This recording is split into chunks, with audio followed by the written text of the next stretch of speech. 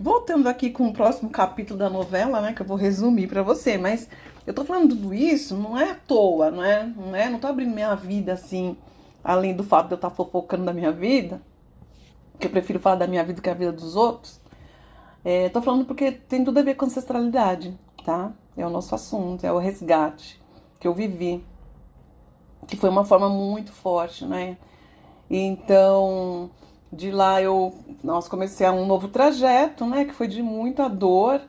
E até, inclusive, ontem nessa entrevista eu falei que eu vivia a dor da noite escura da alma, né? Às vezes as pessoas passam por esse processo que a dor é tão grande, mas não é dor física, né? Não é a dor física. Mas que eu acabava sentindo no meu corpo quando eu levantava de manhã. É algo muito estranho, não tem nem como explicar pra vocês. Mas eu sempre muito conectada com a espiritualidade, não é? É sempre com muita fé, sempre buscando, sempre querendo trazer alegria pro meu dia, principalmente porque eu tinha minha filha. Mas não era fácil, né? Eu tava bem magra, né? Eu tava muito, tipo assim, uns 30 quilos a menos que eu peso hoje, né? Se bem que hoje eu tô um pouquinho acima do peso. Mas eu tava super magra, meu rosto bem envelhecido, né? Bem envelhecido.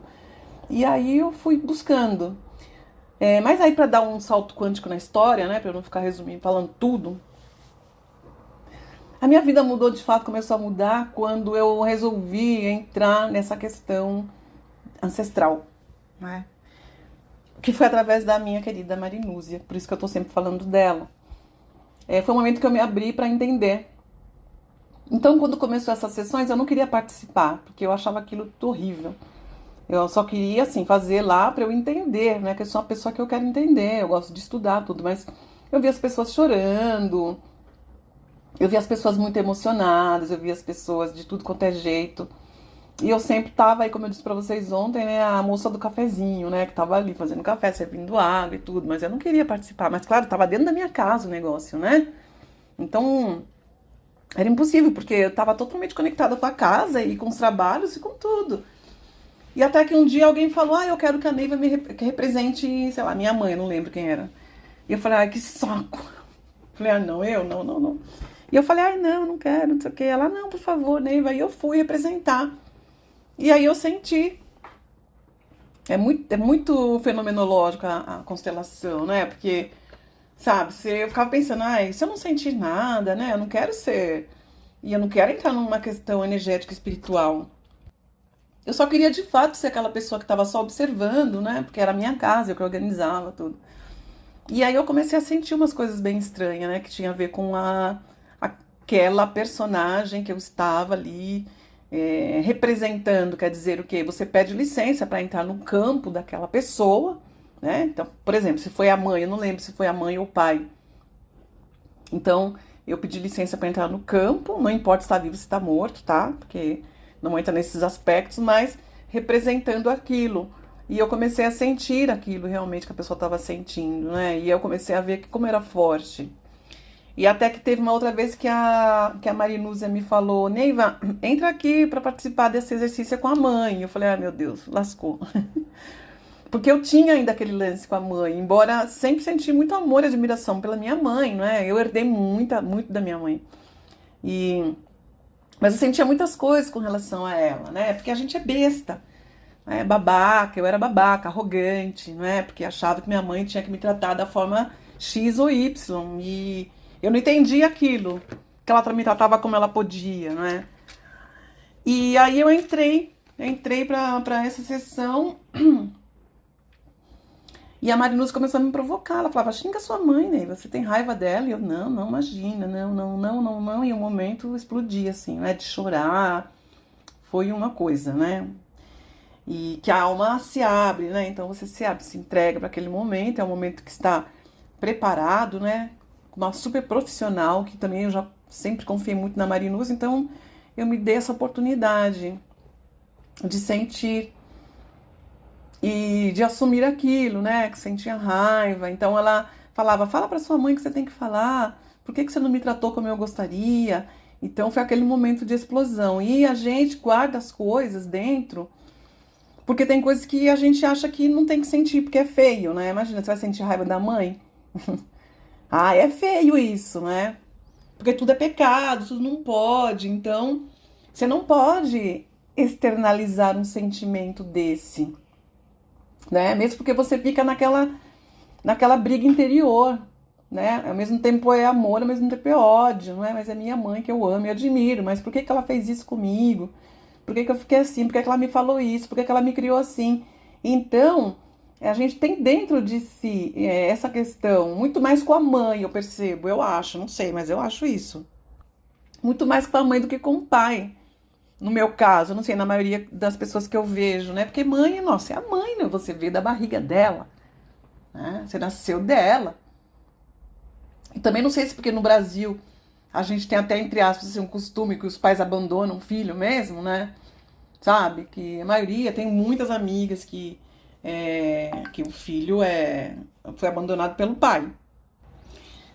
Então é isso, e aí tem essa coisa dentro. E eu também tinha com relação ao meu pai, mas que também não externalizava. Não, pra mim já tava tudo ok, porque meu pai já era mais explícito, né? Ele abandonou mesmo, e a mãe colocou sempre a gente contra ele, né? Porque seu pai fez isso, ele te abandonou, porque ele não presta, porque não sei o quê, blá blá blá blá blá. E aí já era mais fácil de sentir a raiva, né? E engraçado que eu não sentia tanta raiva assim, porque meu pai sempre foi muito engraçado, né? Ele sempre foi muito piadista, né? Ele sempre foi muito engraçado. Eu também admirava muitas coisas nele. Também me apoiou em muitas coisas que eu queria fazer. Eu queria fazer curso de desenho, pintura. Ele pagava escondido. Então, embora ele foi negligente, mas ele, não sei. E aí a mãe já não, né? A mãe é aquela. Então, ali começou a minha história, onde eu comecei a entender que eu estava na terra dos meus ancestrais. E, na verdade, eu fui magnetizada para lá. E tanto é que para ir foi fácil, até dinheiro na minha conta apareceu e para voltar quem disse que eu conseguia. Porque eu falei, eu fico aqui uns meses e volto, não voltei. Aí fica aqui um ano e volto, não voltei. Fica aqui, nossa, quanto tempo, né? Eu não pensava em ficar mais de 2 anos, mas o Gina ia morrer. E enquanto eu não organizei isso na minha vida, né? E eu decidi saber da minha história. Então eu tive, graças ao meu eu superior, eu tive essa oportunidade de conversar com a minha mãe, né? Sobre a história dela. Pessoalmente, a gente falava muito sobre isso. Eu perguntei muitas vezes para ela como que foi a infância. A infância dela eu já sabia que ela sempre contava, né? Mas a mãe dela, a avó dela. E pro meu pai também, eu sentei um dia com ele, já era idoso, né? Meu pai morreu com quase 93 anos. Mas, então nessa época ele tinha o quê? Os seus 80 e pouco, aí a gente conversava. Eu perguntei, como é que foi a sua infância, pai? E o seu pai? Ah, meu pai eu não conheci. Ah, eu nunca vi ele. É porque o outro me adotou e não sei o quê. Então, eu fui montando aquela história, perguntando os nomes. Aí eu fui no local onde meu pai nasceu. Peguei o carro um dia, aproveitei que tinha um amigo meu ele vive aqui na Espanha, mas ele estava visitando os parentes também que tem em Sergipe, a gente foi, e eu ficava falando sozinha, né? Pedindo perdão, aceitando e honrando tudo que eles fizeram antes para eu poder estar aqui, essa babaca, né? A mulher que veio de São Paulo e estava achando tudo horrível ali, por quê? Porque era calor, porque é seco, porque tem forró, porque é isso, por aquilo. Então, enquanto eu não entendi isso e eu não tive e não reverenciei isso, né? E entendi, nossa, eu fazia muitos rituais sozinha em casa, assim, e eu gostava, né? Escrevia carta pro meu avô, pra minha avó. Então, disso tudo eu não conheci. Pessoalmente, eu conheci a minha avó da parte materna, mas a minha avó, minha mãe, nem minha mãe conhecia a minha avó. Ela conheceu minha avó, ela já tinha 18 anos e teve uma história aí. E dentro disso tudo, minha mãe falava sempre do meu avô, porque o meu avô ele morreu, a minha mãe tinha 18 anos, mas ela sempre falava tanto dele, tanto dele, tanto dele. E eu sempre, nossa, senti um amor pelo meu avô, mas um amor. Ai, ficava imaginando se ele estivesse vivo, que eu podia estar com ele. Minha mãe contava como ele era e eu sempre morri de orgulho. Que ele era bonitão, que tinha olhos verdes, e que isso, que fazia aquilo, que fazia isso. Então, tinha isso, né, de mais conexão pra mim. Mas aí eu fazia meus rituais em casa, escrevia. Por que eu tô te falando isso? Bom, a partir disso minha vida deu um giro, tá? Deu um giro quântico. Nossa, tudo mudou. E quando eu entrei em contato com isso, e quando também eu fiquei com muita raiva, né? Muita raiva. que na verdade a minha alma já sabia que eu nasci para desenvolver esses tipos de trabalhos, mas eu não estava querendo desenvolver pela responsabilidade e porque eu queria me encaixar na visão da minha mãe, né? Ela não queria ter uma filha louca, né? Ela queria ter uma filha normal. Então eu era a pessoa que ficava lá falando com o espírito, exorcizando, fazendo essas coisas, né? Falando de energia, falando de outras vidas, de ET, né? Fiz cirurgia espiritual no centro espírita, isso daí pronto, né? Vendi minha alma pro diabo. Então, foi quando eu decidi, que eu falei, não, vou fazer. Eu falei, eu até gritei, eu lembro, tava vindo de uma viagem, eu falei, olha, eu vou fazer tudo que eu vim pra fazer, mas eu quero morar bem, eu não quero mais passar por escassez. Eu não quero ficar contando, né? Porque às vezes eu deixava de comer pra dar pra minha filha e ela percebia, mas por que você tá comendo tão pouco assim? Eu tô vendo, viu, que você tá comendo menos pra me dar, isso não é justo. E eu não queria, não merecia também passar por tudo aquilo, sabe? Bom, antes disso eu renegava minha ancestralidade, né? Renegava, porque pra mim eu não gostava do Nordeste, eu não queria estar no Nordeste, eu queria estar em São Paulo. E renegava a minha mãe, porque ela tinha aquela forma, né, rígida de ser. Bom, claro que quem passa por tudo isso vai ter uma boa profissão, vai ter sucesso, vai ter êxito na vida? Não vai. Você pode ser o que for, inteligente, né? Sabe, a pessoa mais criativa do planeta, eu, Neiva Santos, mas não adianta. Não vai pra frente. Sempre vai ter uma coisa ou outra que vai dar errado, né? Problemas de útero, né? Sempre tive muitos problemas de útero, de menstruação, dores, problemas de escassez. Então, o giro foi aí que eu falei, tá bom, então eu tenho que ficar aqui. E eu aceito ficar aqui na terra dos meus ancestrais, porque eu já honro essa terra de fato. Né? Eu comecei a ver todas as belezas dali e da gente boa que tem, né? Sabe? Do pessoal, quando você faz amizade ali, é pra toda a vida. Difícil é fazer amizade, porque o pessoal de Sergipe não é que nem o pessoal da Bahia, agora eu vou me matar, né? Mas é verdade, você sabe que o pessoal sergipano é um pouco fechado, assim, até o momento, né? Depois se escancara, né? E viram os melhores amigos. E aí eu comecei a dar esse giro, que eu pedi uma casa, eu falei, eu quero morar numa casa na frente da praia, eu quero que tenha um coqueiro na frente, eu pedi tudo com raiva, eu tava com raiva. Eu falei, eu tô aqui, eu vou trabalhar, vou fazer as coisas que eu sei fazer, e só que eu quero tudo isso, quero viver bem, chega, tô cansada de escassez, cansada disso, blá, blá, blá, blá. E aí fiz aquilo tudo, né? E, bom, não se passa um mês, veio a casa. A casa veio com coqueiro. Quem tá me ouvindo aqui conhece a casa, já sabe de qual casa eu tô falando, né? Da forma que eu pedi, com 3 quartos, uma suíte, uma sala grande para poder dar os cursos, levar pessoas e tudo veio, até o carro, tá?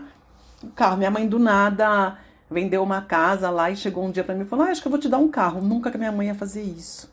Bom, para resumir, toda essa mudança, esse movimento que eu fiz, refletiu diretamente na minha mãe. O nosso relacionamento começou a mudar completamente. Quando a minha mãe ia me dar um carro na vida? Nunca. E nessa época ela falou, olha, eu vendi a casa e eu vou comprar uma casa aqui, e eu vou comprar um carro pra você também. Eu, quê? Não é possível, eu ficava rindo por dentro, né? Meu Deus. Bom, aí deu uns 40 dias, eu tava com a minha casa grande. Não comprei, tá? Foi uma casa que era alugada, mas era minha. Eu podia fazer tudo ali. E foi outro milagre que eu não vou contar agora, mas que tudo se organizou. Então, pra resumir, até eu chegar nesse ponto, eu tive que passar por tudo isso, reconhecer, entrar em contato com a minha ancestralidade, entrar em contato com os meus orgulhos, as minhas feridas internas, minhas dores, olhar para tudo isso. É fácil? Não, não é. Ainda estou no processo também de seguir, mas hoje tudo se transformou, minha vida se transformou e eu não vejo mais limite para nada. Eu moro onde eu quero, eu estou com quem eu quero e tá tudo muito bem, não me falta nada, nada, nada. Nada, e muito menos a minha vontade de estar aqui compartilhando com vocês para te dizer que sim, que você pode, que não importa a sua história, não se faça de vítima mais, né? Então, enquanto eu me fazia de vítima, eu estava naquela situação. E quando eu decidi, né, dar esse giro radical, eu saí do vitimismo, eu tomei posse da minha vida. Porque eu pensei, já que eu sou tão boa de destruir tudo, eu também devo ser boa de construir. E eu fui e eu saí das cinzas, tá? Porque o estado que eu tava era o estado de moribundo. Uma radiestesista, uma vez, ela mediu uma energia, ela falou que estava com energia de defunto, de semi-morta que eu estava. Outra parte da minha história termina aqui. Te espero no próximo áudio. Um beijo.